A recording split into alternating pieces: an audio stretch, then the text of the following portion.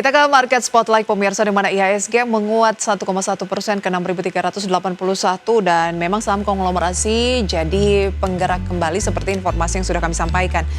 Ada teknologi pimpin penguatan sektoral, DCII menguat 20% ke 166.725. Dan informasi berikutnya pemirsa, ada Prajogo Pangestu borong 1,77 juta saham brand dan sahamnya naik 5,6%. Dari agenda ekonomi pemirsa, informasinya bisa Anda simak di layar. Ada neraca The Federal Reserve, kemudian dari Jepang indeks harga konsumen, dari Korea Selatan indeks harga produsen, dan agenda ekonomi global lainnya termasuk dari China penanaman modal asing.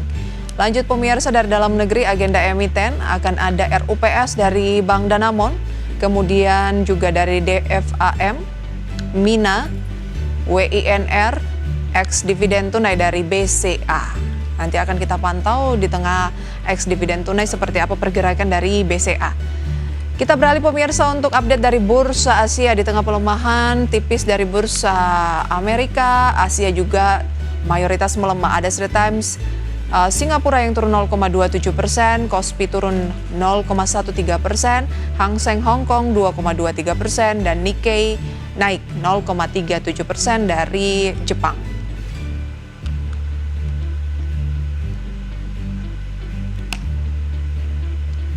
Sudah tersambung melalui video conference bersama dengan Ibu Rita Effendi, Investment Consultant dan sekaligus founder Indonesia Investment Education. Selamat pagi Ibu Rita.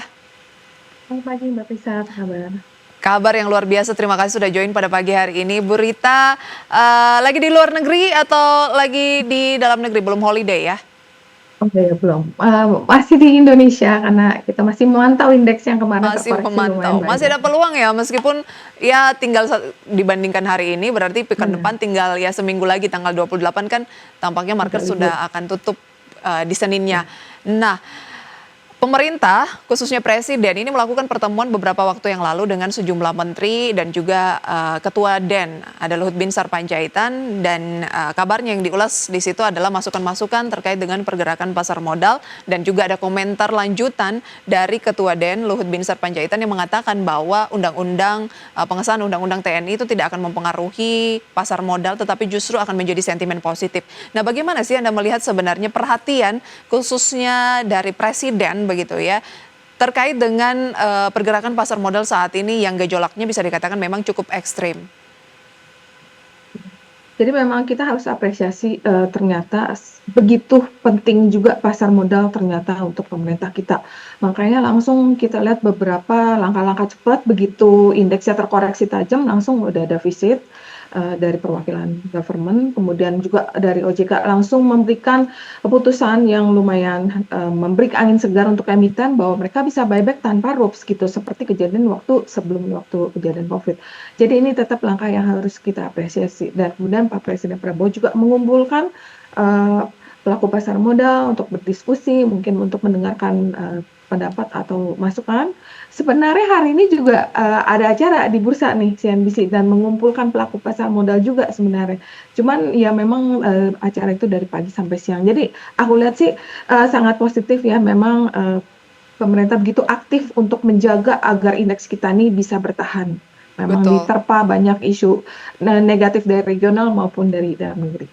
Baik, kita tahu bahwa ketika indeks harga saham gabungan tanggal 18 Maret yang lalu anjlok cukup dalam, bahkan sempat 7% begitu, dan bursa melakukan trading halt.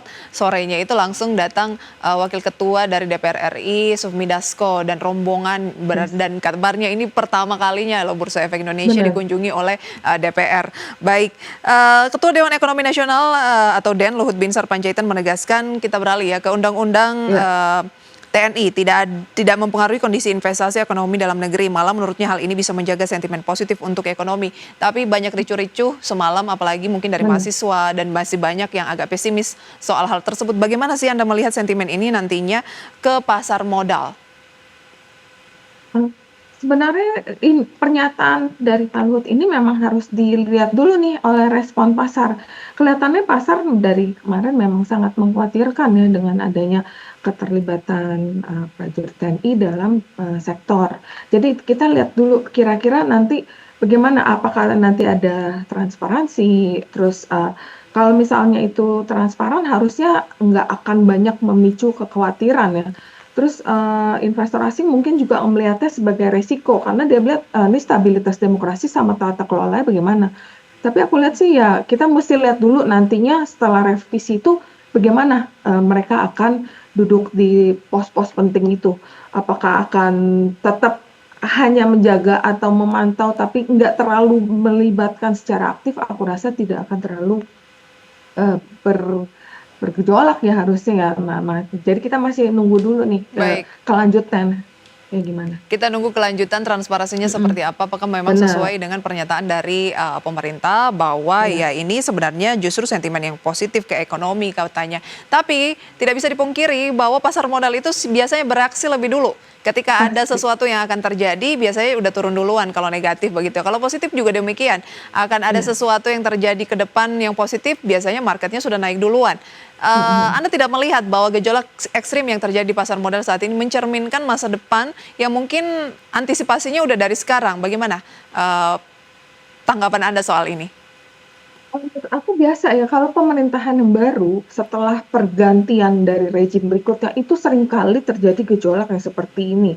Mungkin kalau bisa diingat, 10 tahun yang lalu waktu Pak Jokowi baru memimpin juga terjadi gejolak. Tapi memang kali ini lebih, parah karena kebetulan kita ada Donald Trump di luar negeri yang punya kebijakan lumayan ekstrim dan kita juga mungkin juga, ada mewarisi beberapa, resiko fiskal dari pemerintahan yang sebelumnya, dari pinjaman-pinjaman luar negeri yang akan jatuh tempo. Jadi memang sebenarnya gejolak ini cukup normal Cukup sebenarnya, karena normal. memang kan iya, karena kan mereka baru memimpin, mungkin ada kebijakan baru yang akan mereka terapkan dan, pasarnya meresponnya, awalnya tuh pasti, negatif. Mhm. Tapi setelah berjalan kebukti bahwa kebijakan itu bisa dijalankan dengan baik, transparansi, dan sesuai dengan, yang diinginkan oleh market, aku rasa itu akan, berlalu ya nantinya setelah gejolak ini selesai. Baik, Ibu Rita, secara umum Anda melihat kebijakan-kebijakan pemerintah saat ini itu sebenarnya Mhm. bagaimana sih?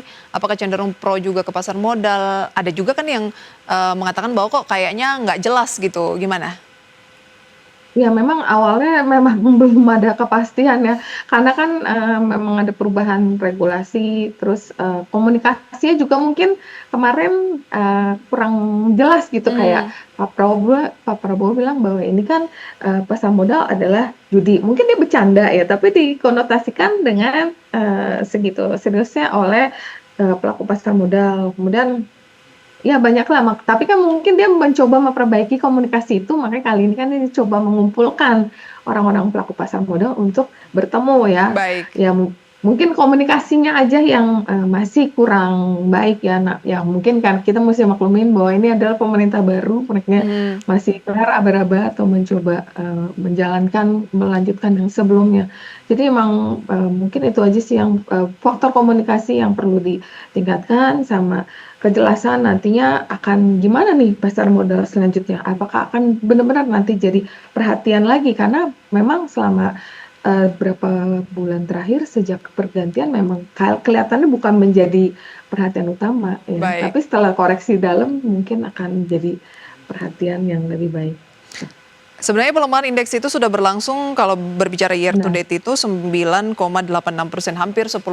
Mungkin iya gejolak-gejolak itu mulai muncul dari ya pola komunikasi dari presiden tadi yang sempat menyatakan bahwa saham itu judi, kemudian pas iya, pembukaan perdagangan awal tahun juga beliau tidak hadir begitu ya. benar, iya, Kemudian mhm, ya banyak hal lah dan banyak kebijakan-kebijakan yang dinilai belum pasti, harus wait and see iya terlebih dahulu.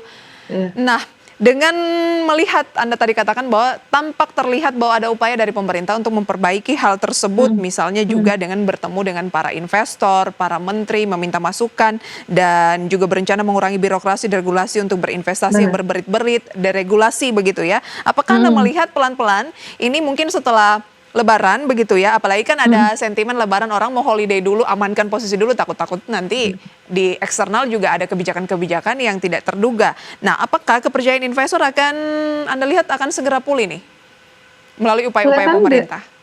Iya, deregulasi yang direncanakan Pak Prabowo sebenarnya benar-benar langkah yang positif ya, untuk menyederhanakan aturan yang menghambat investasi.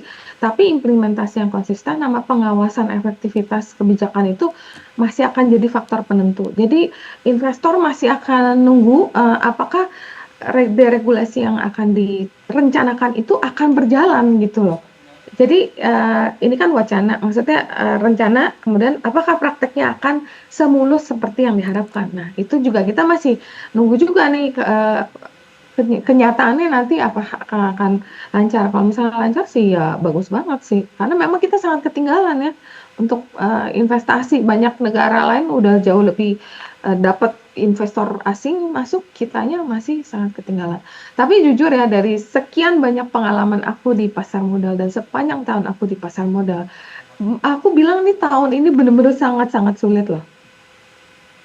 Tahun Benar-benar ini sulit. benar-benar Iya, sulit. dibanding krisis-krisis sebelumnya ya. Hmm, Dari tahun 98 kita udah ngalamin krisis mata uang, kemudian juga tahun 2000, berbagai krisis. Ini tahun ini susah karena kita dulu misalnya bankingnya koreksi, kita bisa hiding di saham komoditi. Tapi kali ini komoditis pun kita ada kenaikan royalti yang akhirnya saham-sahamnya terkoreksi juga.